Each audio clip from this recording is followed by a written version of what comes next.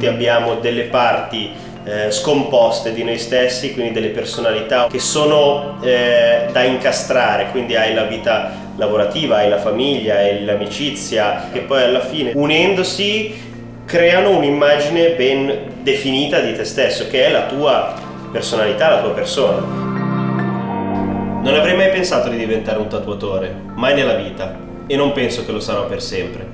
C'è una parte di me che vuole fare altro, vuole esplorare altri mondi, e una parte di me che ama profondamente questo mestiere. Così come c'è una parte di me che rispetta enormemente gli stili tradizionali, ma ne esiste un'altra che mi chiede di scombinare tutto e creare qualcosa di nuovo. Io sono tutte queste parti messe insieme. Io sono Mambo e sono contento di raccontarmi per la prima volta qui ad Inkside.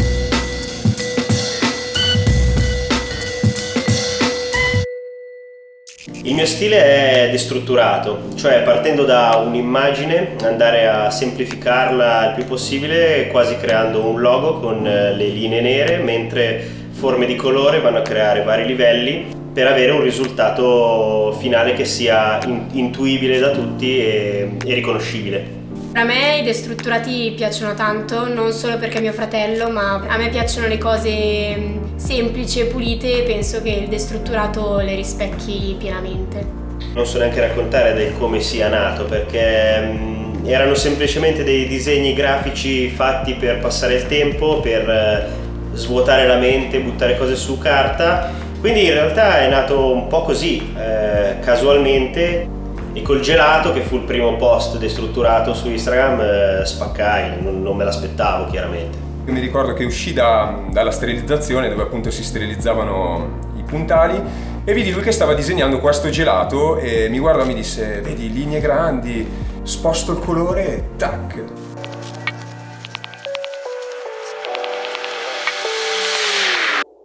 Da bambino, quando i genitori sostanzialmente o le maestre vedono in te una dote un po' più spiccata rispetto agli altri tuoi compagni, e ti accorgi di avere una predisposizione al disegno, alla creatività. Quando andavo alle elementari io c'erano i quaderni di Mattia, quindi mi piaceva sfogliarli e vedevo i disegni che lui faceva ai tempi, che erano praticamente perfetti. Già lì si capiva che era proprio una sua dote il disegno. Non ero convinto di essere bravo a disegnare, lo facevo perché mi veniva naturale e mi piaceva farlo in sostanza. La scelta della scuola superiore è quella che generalmente ti indirizza verso quello che più tu sai fare e che dovresti portare avanti. Io volevo stare con i miei amici, invece i miei genitori hanno spinto parecchio per farmi intraprendere la strada, diciamo, del liceo artistico, e Milano era una delle scelte migliori. Il liceo artistico di Brera era quello più figo da fare, no? A Milano la città dove devi esserci. In una scuola in centro a Milano, senza conoscere nessuna persona, è stata abbastanza dura. Poi in realtà, una volta che sblocchi, che ti sblocchi in un contesto come quello creativo a Milano, con altri ragazzi coetanei, era un mondo che non conoscevo e che piano piano stavo scoprendo. C'era gente di tutti i tipi. È stato il periodo sicuramente più bello della mia vita. Dopo aver passato i 5 anni al liceo mi sono diplomato. La mia prima scelta era quella del Politecnico, di fare design del prodotto industriale, e quindi ho fatto un anno poi interrotto perché non avevo più voglia di andare avanti, di studiare.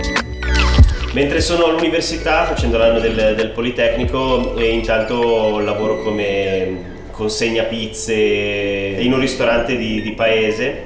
Una mattina mi sono alzato, sono andato a Milano e ho comprato una macchinetta, un kit per base per tatuare, e ho speso gli unici 600 euro che avevo in tasca. Spendo tutto per comprare una cosa che non aveva nessun senso che io comprassi. Ad oggi non credo che lo rifarei. Non c'erano tutorial su YouTube, non avevo nessuna possibilità di chiamare altre persone che mi spiegassero come fare. Ho montato la macchinetta al contrario e mi sono tatuato il mio primo tatuaggio, che è una rosa sopra il ginocchio. Non avevo nessun tipo di interesse verso il mondo del tatuaggio, nessuna aspirazione o passione per fare il tatuatore nella vita. Non ha avuto senso quello che ho fatto. chiaramente è una cosa che mi ha stimolato parecchio, quella di farmi la rosa sulla gamba. Ho iniziato un po' a voler fare sempre più tatuaggi. La prima esperienza che mi ricordo è quando siamo andati a casa dei suoi nonni a tatuare la cotenna. Madonna, che odore, tra l'altro non ce lo dimenticheremo mai. Quella fu la prima esperienza in cui iniziamo a usare una macchinetta su pelle, se così si può chiamare. Da lì ho iniziato a girare casa per casa delle persone, dei amici, a tatuare loro in casa loro. Quindi da pizze a domicilio a tatuaggi a domicilio. La cosa di andare a casa delle persone all'inizio era molto figa, divertente, situazioni strane, anche molto amichevoli. Cercavo di divertirmi con gli amici, poi da amico si passa a un po' meno amico, a un po' più conoscente, con l'amico dell'amico dell'amico, e quindi ti ritrovi in situazioni in cui trovavi tanta gente che veniva a vederti, tante persone nella stessa stanza, situazioni molto scomode. Diciamo era diventato un po' pesante il fatto di andare casa per casa a tatuare. Ho pensato di smettere di fare tatuaggi.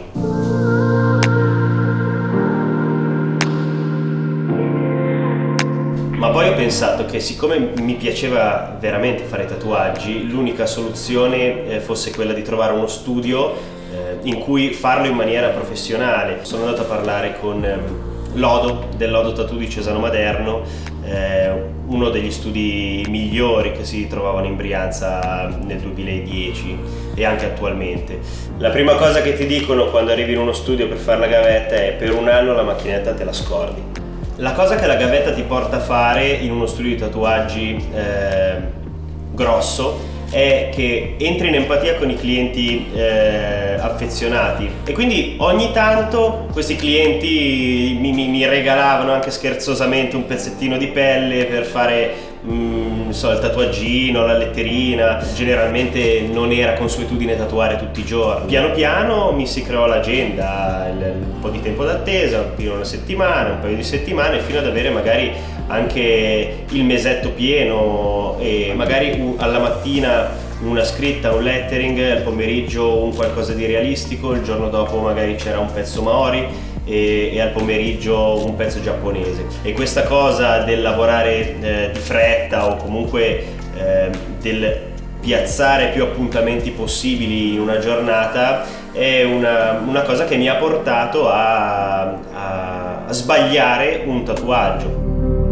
Quel tatuaggio era una rosa dei venti classica, metà bianca metà nera, su un bicipite, sul braccio esterno, diciamo, colorando la parte nera sempre a destra, dall'alto verso il basso. A metà la interruppi per riprendere dal sotto, per fare il lavoro più in fretta, e anche da sotto iniziai con il nero sempre a destra. In cima, diciamo, il nero non coincideva, e dal momento in cui mi sono accorto di aver sbagliato, quel secondo lì in cui mi sono accorto, è stato un po' come quella sensazione di quando stai per cadere dalle scale, che ti si gela il sangue, ti vibra tutto il corpo per 3 secondi, e quella situazione, diciamo che me la ricordo bene perché il cliente non era contentissimo, insomma, era parecchio incazzato ed è andato via parecchio incazzato, insomma, e io molto deluso, chiaramente.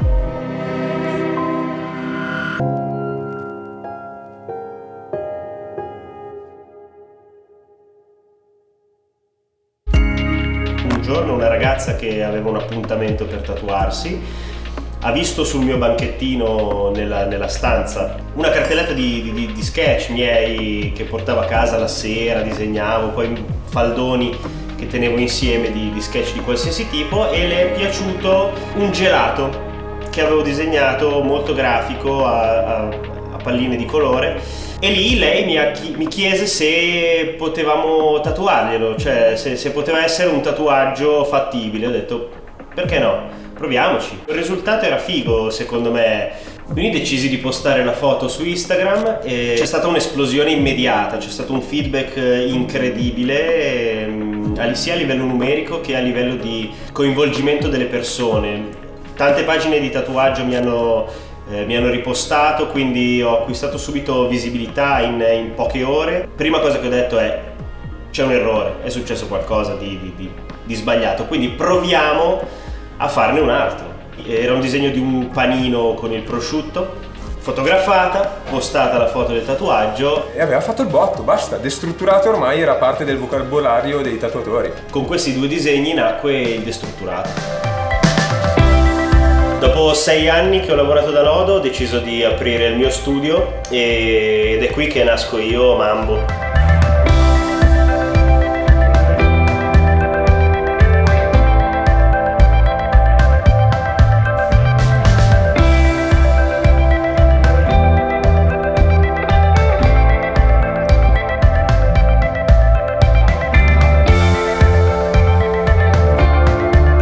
Brianzolo è una persona abituata, come si dice qua, a fandaiman, cioè a fare andare le mani, a lavorare, è un lavoratore, un artigiano, e il lavoro è la base della vita del Brianzolo.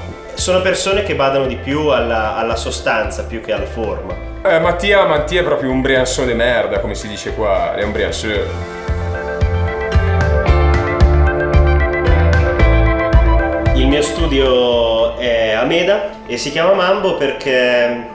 Dai Andre, dillo tu. Allora, Mattia inizialmente lo chiamavamo Bombo perché facevamo graffiti assieme, quindi la sua tag diciamo che era Bombo, solo che il nome Bombo non è che suonava proprio bene. Non lo so, lavorandoci un attimo abbiamo pensato il nome Mambo, nel senso io ho pensato di dargli il nome Mambo. A lui è piaciuto, gli ha gasata sta cosa qua e da lì è rimasto Mambo. Lo studio ha 2 cabine, ma in sostanza io lavoro da solo. L'altra cabina è strutturata per ricevere guest che per la maggior parte sono amici o comunque persone che arrivano e stanno un paio di giorni. Ed aiutarmi nella gestione di tutte queste cose c'è mia sorella che è la shop manager dello studio. Mi occupo di gestire l'agenda, quindi organizzare tutti gli appuntamenti sia qui in studio che per quanto riguarda guest e convention, ovviamente rispondere ai messaggi di Instagram e alle mail. Il Destrutturato, per come lo vedo io oggi, è un insieme di stili e tecniche del tatuaggio che ho imparato durante il mio percorso. La linea precisa, larga dello stile tradizionale old school, i colori a campitura piatta, saturazione del colore, l'uso delle forme del giapponese, il Maori nella stesura del nero, fusi all'occorrenza e al mio piacimento per creare quello che sto facendo oggi.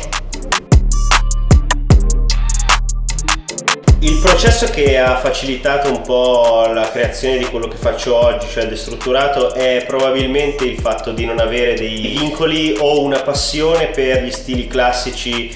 Mi sono permesso di toccarli e di plasmarli a mio modo per arrivare poi fino a un concetto estremo di quello che faccio oggi. Il Destrutturato è una cosa mia, un mio prodotto, quindi non c'è un altro nel mondo che faccia Destrutturato, seppur mi piacerebbe che qualcun altro reinterpretasse a suo modo, perché così diciamo che potrebbe essere l'inizio di una corrente artistica nel tatuaggio.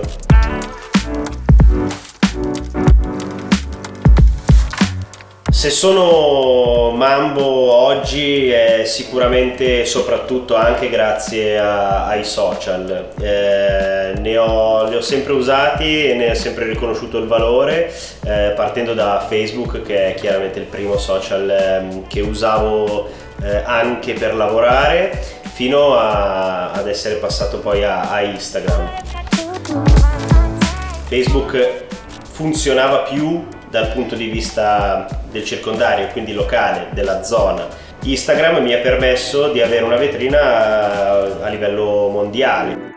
Capita di avere clienti da tutto il mondo, insomma, una buona fetta, una buona percentuale arriva anche fuori Italia. Fa strano vedere entrare in studio clienti stranieri perché comunque a Meda non se ne vedono, anzi... Diciamo che il social è uno strumento, come tanti altri strumenti che si possono usare nel mio lavoro, ed è uno strumento fondamentale, se non altro perché ti dà un feedback immediato, quindi nel senso il prodotto o comunque il progetto che io vado a fare su una persona lo faccio in base magari anche a dei delle opinioni derivanti dal social. Io nel mio piccolo mi sono tolto un sacco di soddisfazioni sfruttandolo. Sono stato a lavorare a New York, comunque all'estero, ho fatto la convention di Londra, che è comunque un traguardo importante per quanto riguarda la mia professione. I brianzoli passano da qua, vedono l'insegna Mambo Tattoo Shop, entrano e vogliono fare un qualsiasi tatuaggio che non sia destrutturato. Ai clienti brianzoli non interessa che io sono Mambo che fa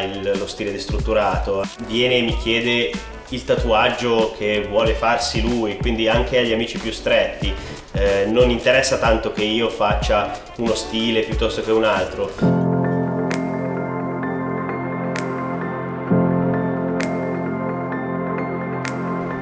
Mattia ha sempre messo in chiaro che oltre al tatuatore lui vuole portare avanti il mondo della grafica, quindi si sta concentrando sempre di più sul merchandising, quindi ogni giorno viene fuori con nuovi progetti, che siano magliette o lampade o oggetti di design in generale, e quindi penso che in futuro continueremo con i tatuaggi, però magari invece che riempire la giornata e tutti i giorni della settimana mi farà tenere libero qualche giorno per appunto concentrarsi su nuovi progetti.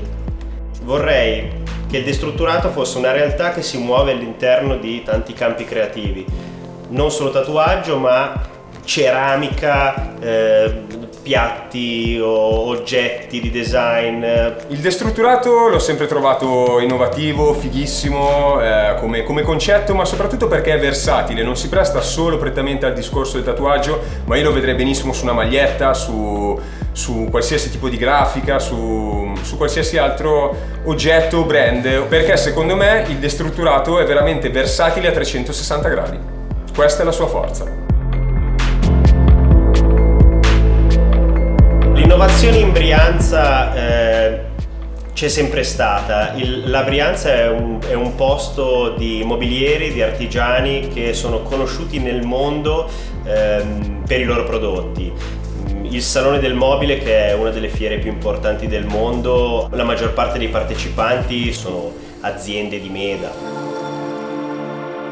Non notiamo queste cose, ma ogni giorno designer, imprenditori immobilieri collaborano per creare collezioni che partono dalla Brianza per andare in tutto il mondo. E come loro, anch'io nel mio piccolo sono contento di aver portato un prodotto della mia zona, quindi della Brianza, che sento molto far parte di me, nel mondo.